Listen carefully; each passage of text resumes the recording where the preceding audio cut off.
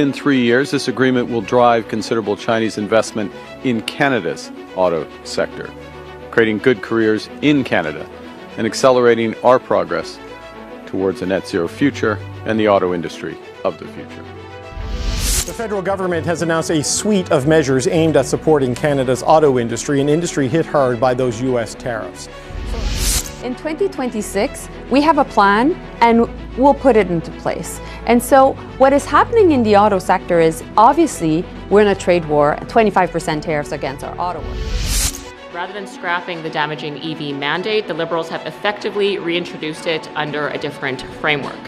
The new standards will pressure the Canadian manufacturers to produce 75% EVs by 2035, which is only a modest change from the previous 100% requirement under the original EV mandate.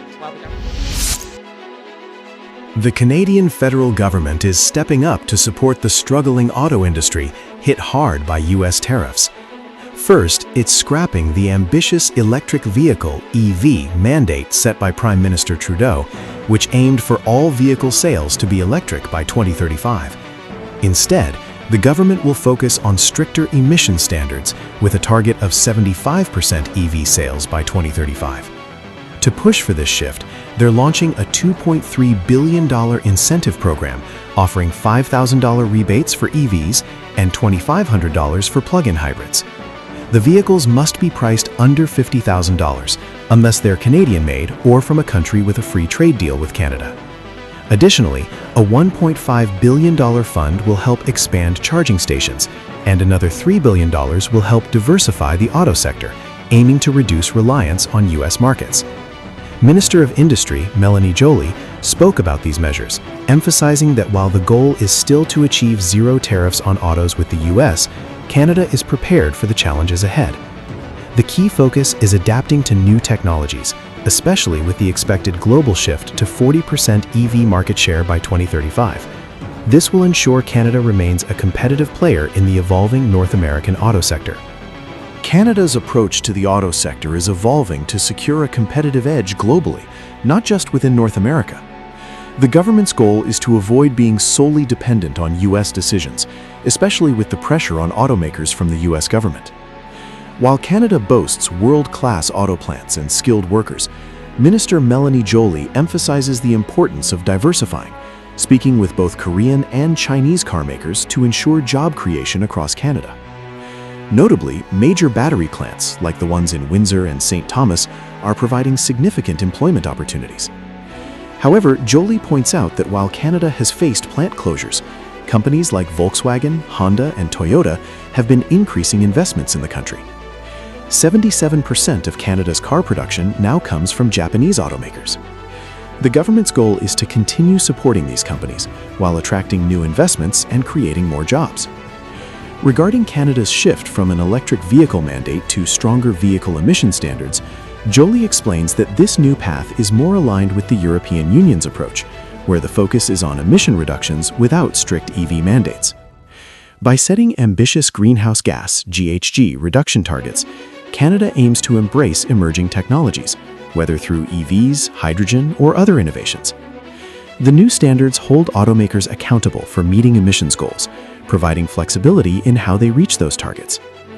This approach is seen as a balanced and effective way to reduce Canada's carbon footprint while driving technological progress in the auto industry. To qualify for the electric vehicle incentive in Canada, you can get up to a $5,000 credit for fully electric cars and $2,500 for plug-in hybrids, but there are conditions. The vehicle must come from a country that Canada has a free trade agreement with, and it must be priced under $50,000 unless it's made in Canada. However, the challenge lies in the fact that only one fully electric vehicle is assembled in Canada, and many others exceed the $50,000 price range. Minister Melanie Joly acknowledges this, pointing to upcoming investments like Toyota's plug-in hybrid RAV4 and Stellantis's Dodge Charger built in Windsor. The government's $3 billion Strategic Response Fund will help companies retool their production lines to make more affordable electric vehicles in Canada. There's also growing interest from automakers to expand markets globally, not just in North America, as trade dynamics shift due to U.S. protectionism. This opens up opportunities for Canadian manufacturers to export cars to Europe, the Middle East, and Latin America.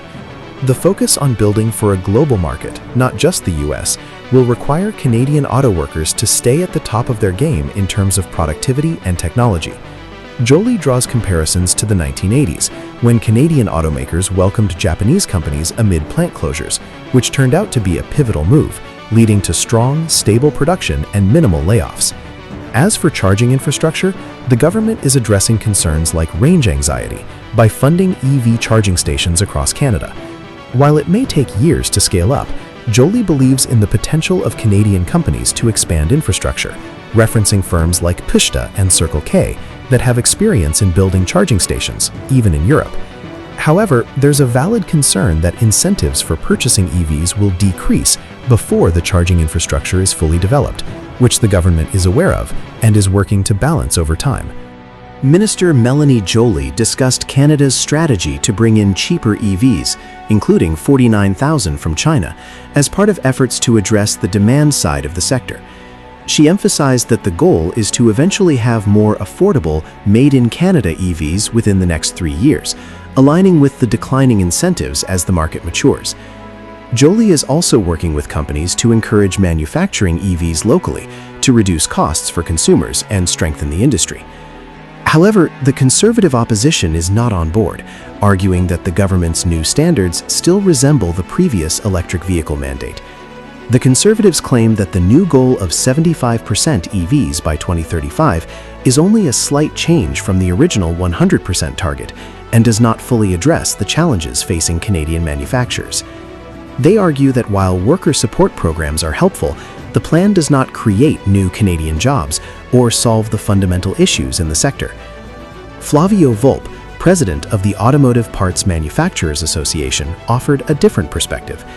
He explained that the new greenhouse gas GHG reduction targets provide automakers more flexibility than the EV mandate, allowing them to use hydrogen technology, hybrid systems, and more efficient internal combustion engines to lower emissions.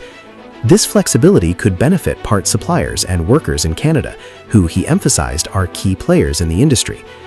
Volpe noted that under the previous EV mandate, manufacturers were facing hefty penalties without any benefit, especially as the US tariffs had already reduced vehicle exports by $10 billion. Overall, while the government is pushing for more sustainable automotive production, the opposition and industry leaders like Volpe argue that this strategy needs more concrete support to help the sector endure the financial pressures in the coming years. Flavio Volpe, president of the Automotive Parts Manufacturers Association, addressed some key points about Canada's new auto strategy. He acknowledged the concerns around Chinese-made EVs entering the market, noting that they are excluded from government incentives unless they come from countries with a free trade agreement with Canada. This move, he believes, serves both to address market concerns and to signal to Washington that Canada is selective about trade partnerships. It also establishes a filter for other countries, like Vietnam, Turkey, and Indonesia, to follow better trade terms with Canada. Regarding the incentives and the tradable credit system, Volpe pointed out that as more affordable electric vehicles come to market, the need for high incentives will decrease. He also mentioned that provinces like Ontario, which are investing heavily in EV battery plants, may want to step up and increase their own incentives to support the transition. The government's strategy now focuses on balancing demand-side incentives, like the $5,000 for EVs and $2,500 for plug-in hybrids, while also investing in building charging infrastructure. The tradable credit system, which rewards manufacturers for producing cars in Canada, is seen as a smart way to support the local industry. For instance, Toyota, which manufactures 500,000 vehicles in Canada annually, could earn credits for its production, which it can sell to other companies like Hyundai or Nissan, who don't invest in Canadian production. This system encourages local manufacturing, while still allowing automakers to be competitive globally, adding a layer of support for companies that are committed to the Canadian market. Volpe views the system as an effective way to reward companies for scaling up production in Canada without imposing tariffs directly, helping to build a sustainable and competitive auto industry in Canada while encouraging global manufacturers to invest more in the country.